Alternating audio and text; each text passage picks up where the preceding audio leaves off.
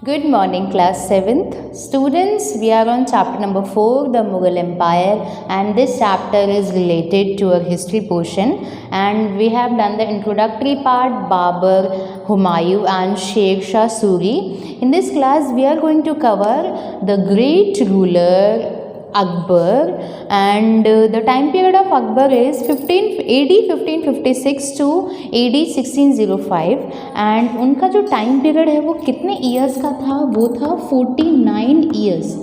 Means उन्होंने 49 years तक rule किया था। एंड एक और रूलर है, वो है Aurangzeb. Means A for Akbar and A for Aurangzeb, दोनों ने ही 49 ईयर्स तक, मीन्स 50 साल तक, लगभग अप्रॉक्स 50 ईयर्स तक रूल किया था। नाउ अब हम देखेंगे अकबर को डिटेल में।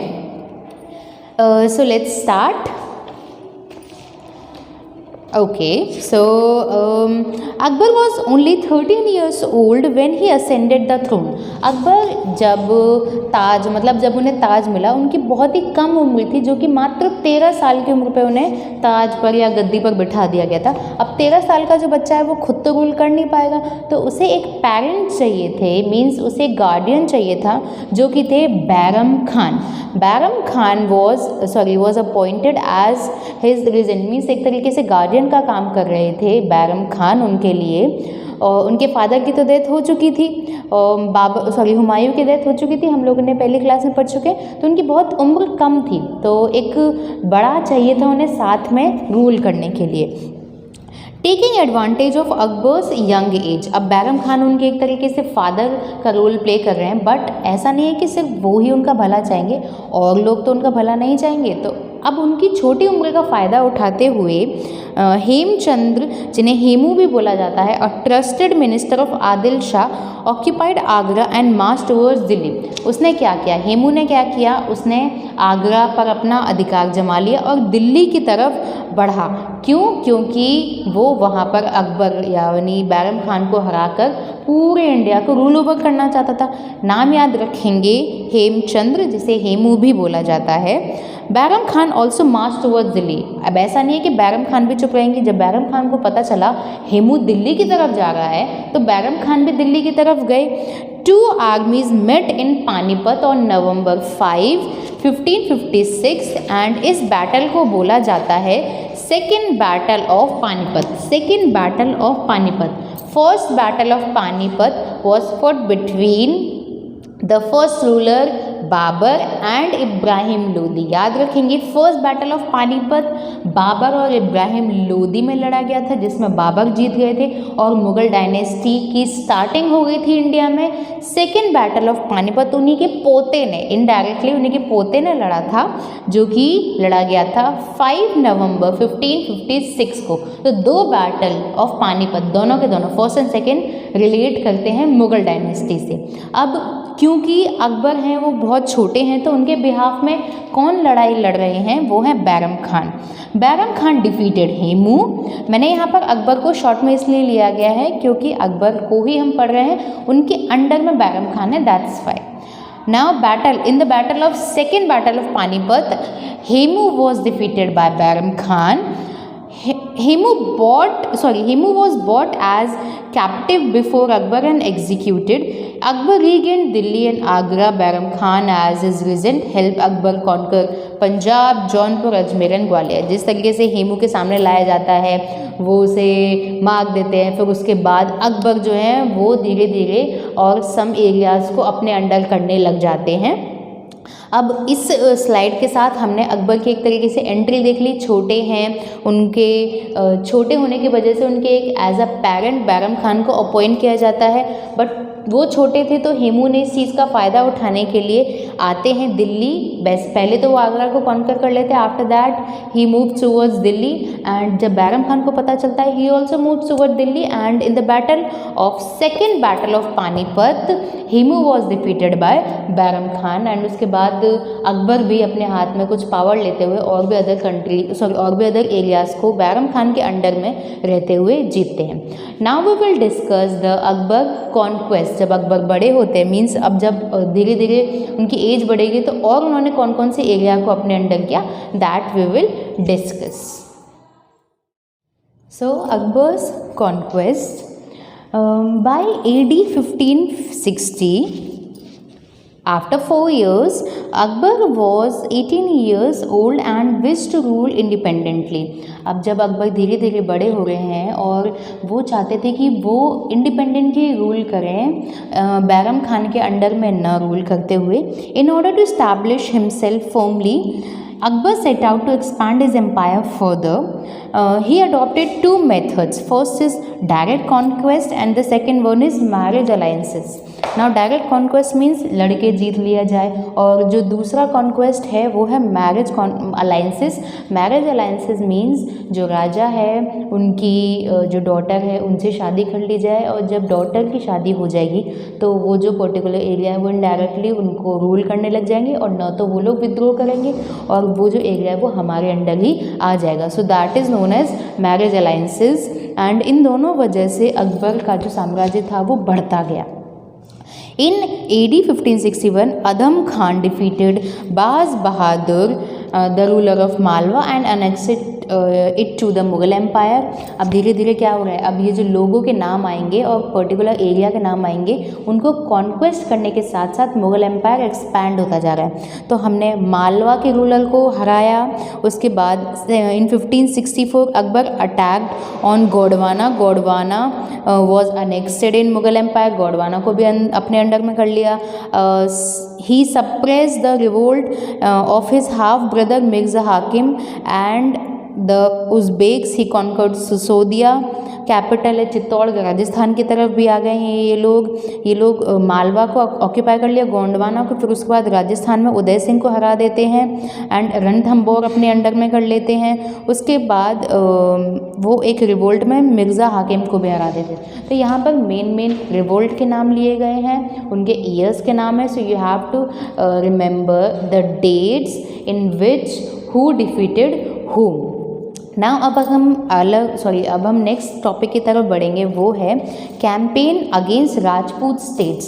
सो रणथंबोर, राणा, उदय सिंह, ये सब तो हमने देख लिया. अब देखते हैं डिटेल में इनको. In 1562 the raja of Amber married his oldest daughter Jodhabai to Akbar. You have to remember this marriage alliances और कनेक्ट विद दिस.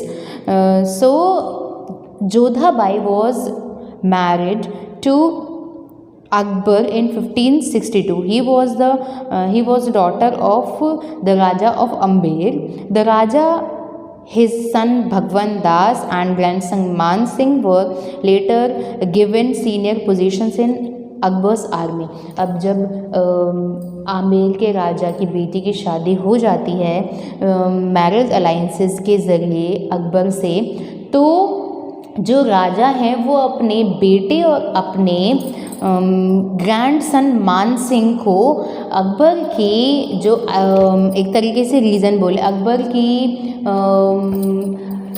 उसकी मिल्कियत में एक इम्पॉर्टेंट पोजीशन दे देते हैं. अपनी बेटी की शादी करा दी इन्होंने अकबर से, अपने बेटे को और अपने पोते को भी उन्होंने अकबर के रीजन में एक इम्पॉर्टेंट पोजीशंस मिल चुकी थी.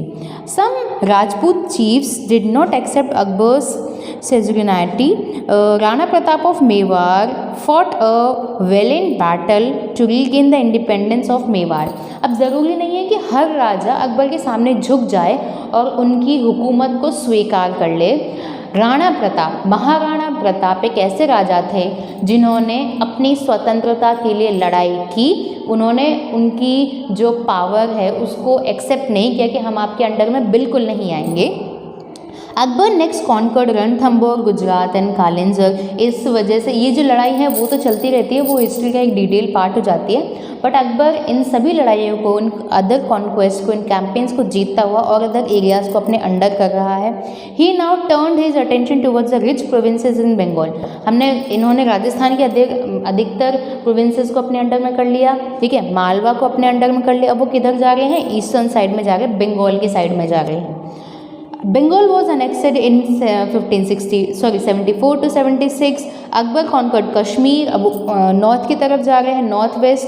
में कांदाहर एंड काबुल पाकिस्तान की साइड पे वो जा रहे हैं, सिंध की साइड जा रहे हैं and he was now able to protect his north west frontier and increase trade between India, central Asia and west. तो धीरे धीरे उन्होंने क्या किया, राजस्थान को कवर किया, गुजरात को कवर किया, एमपी को कवर किया और नॉर्थ में जम्मू एंड कश्मीर को कवर कर लिया और ईस्ट में बंगाल को कवर कर लिया। तो धीरे धीरे उन्होंने एक बड़ा एम्पायर खड़ा कर लिया और नॉर्थ वेस्टर्न फ्रंटियर को सेव कर लिया कि यहाँ से कोई भी हमला नहीं हो सकता है। हम लोगों ने अफ़गान का हमला यहाँ से देखा था, तो यहाँ से इतनी मजबूती प्रदान कर ली उन्होंने अपने एम्पायर को कि कोई भी अदर कंट्री का राजा यहाँ इंडिया में आकर उनके एम्पायर की नींव को हिला ना सके। यहाँ पर हम लोग देख सकते हैं इनके पूरे एम्पायर की पिक्चर दी गई है।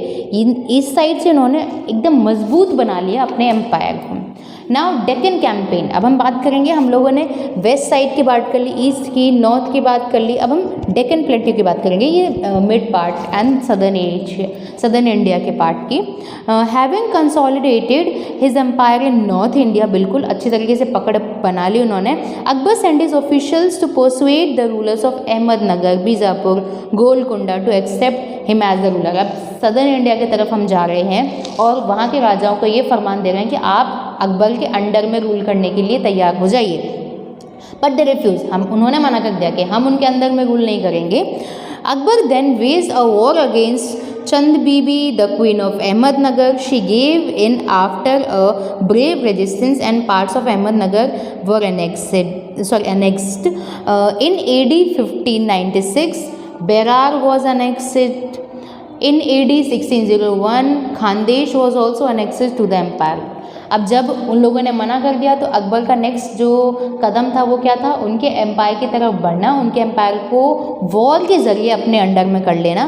तो यहाँ पर नेक्स्ट पॉइंट्स में ईयर्स के साथ साथ कौन कौन से एरियाज उन्होंने अपने अंडर किए थे उनका भी मेंशन किया गया है। Akbar's empire now stretch from Hindu Kush in north west to Brahmaputra, मतलब कहाँ से उन्होंने वेस्टर्न पार्ट ऑफ एशिया, मतलब वेस्टर्न पार्ट ऑफ इंडिया से लेकर ईस्टर्न पार्ट ऑफ इंडिया तक अपने एम्पायर को स्ट्रेच कर लिया था। इलास्टिक जैसे स्ट्रेच होते हैं ना, वैसे उन्होंने फैला लिया था अपने पूरे एम्पायर को वेस्टर्न पार्ट ऑफ इंडिया से लेकर ईस्टर्न पार्ट ऑफ इंडिया तक एंड हिमालय से लेकर गोदावरी तक, मतलब नॉर्थ से लेकर साउथ तक भी अपने एम्पायर को अच्छी तरीके से एक्सपैंड कर लिया था।